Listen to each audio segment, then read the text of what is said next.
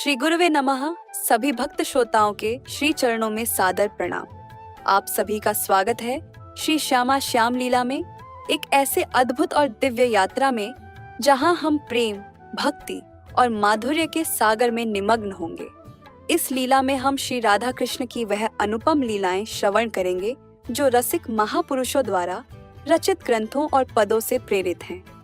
यहाँ हम उन लीलाओं को सरल शब्दों में, बिना किसी जटिल भाषा के प्रस्तुत करेंगे, ताकि यह दिव्य प्रेम की लहर सभी भक्तों के हृदय में समाहित हो सके। इस प्रयास का उद्देश्य है जनमानस में प्रिय प्रियतम की प्रेममयी लीलाओं का प्रसार हो और सभी वर्ग, संप्रदाय के साधक गण इन लीलाओं के माध्यम से मानसिक चिंतन करके अपनी आध्यात्मिक यात्रा में आगे बढ़े। यहाँ किसी भी संप्रदाय या रसिक संत के नाम का उल्लेख नहीं किया जाएगा। यह समस्त लीला केवल श्री श्यामा श्याम की है और उन्हीं के चरणों में समर्पित है। आशा है कि आप सभी इस दिव्य यात्रा का लाभ अवश्य उठाएंगे। आइए डूबते हैं उस अद्वितीय क्षण में जब प्रेम और भक्ति ने अपने उच्चतम रूप को प्रकट किया। वह क्षण जब राधा और कृष्ण का प्रथम मिलन हुआ। यह केवल एक मिलन नहीं था, बल्कि आत्माओं का संगम था जो सृष्टि के हर कण को प्रेम से भरने वाला बन गया। वृंदावन की गोद में वसंत का समय था। कदम्ब और तमाल के वृक्ष अपने पुष्पों से सज गए थे। चारों ओर फूलों की सुगंध फैली थी। पक्षियों का कलरव, नदी की कलकल और हवा का मंद झोंका सब मिलकर एक दिव्य संगीत की रचना कर रहे थे। इस अलौकिक वातावरण के मध्य वृंदावन की भूमि पर श्री कृष्ण अपने मुरली की तान छेड़े खड़े थे। उनकी अंगुलियां बांसुरी पर थिरक रही थीं और उनके नेत्र किसी अदृश्य आकर्षण की ओर खींच रहे थे। श्याम सुंदर ने धीरे धीरे आंखें मूंदते हुए कहा, यह कौन सा माधुर्य है जो मेरी आत्मा को स्थिर नहीं रहने दे रहा। यह कैसी सुगंध है जो मेरे भीतर प्रेम और उल्लास का अद्भुत रस भर रही है। प्रकृति भी मानो श्री कृष्ण के मन की इस हलचल को जान रही थी। तमाल के वृक्षों की छाया भी सजीव हो चली थी।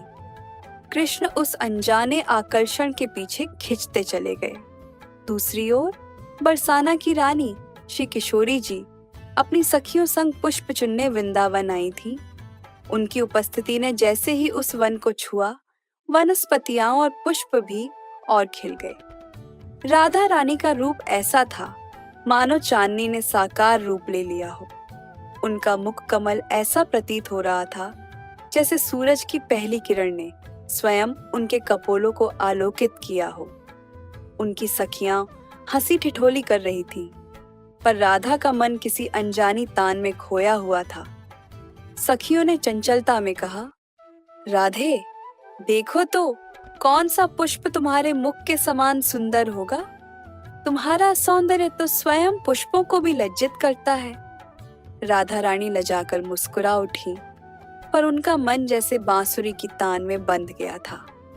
श्याम सुंदर उस दिशा में पहुंचे जहां राधा रानी थी। उनकी दृष्टि पहली बार राधा पर पड़ी। वह दृष्टि मानो युगों युगों तक अमर हो गई। कृष्ण के नेत्र राधा के मुख पर ठहर गए।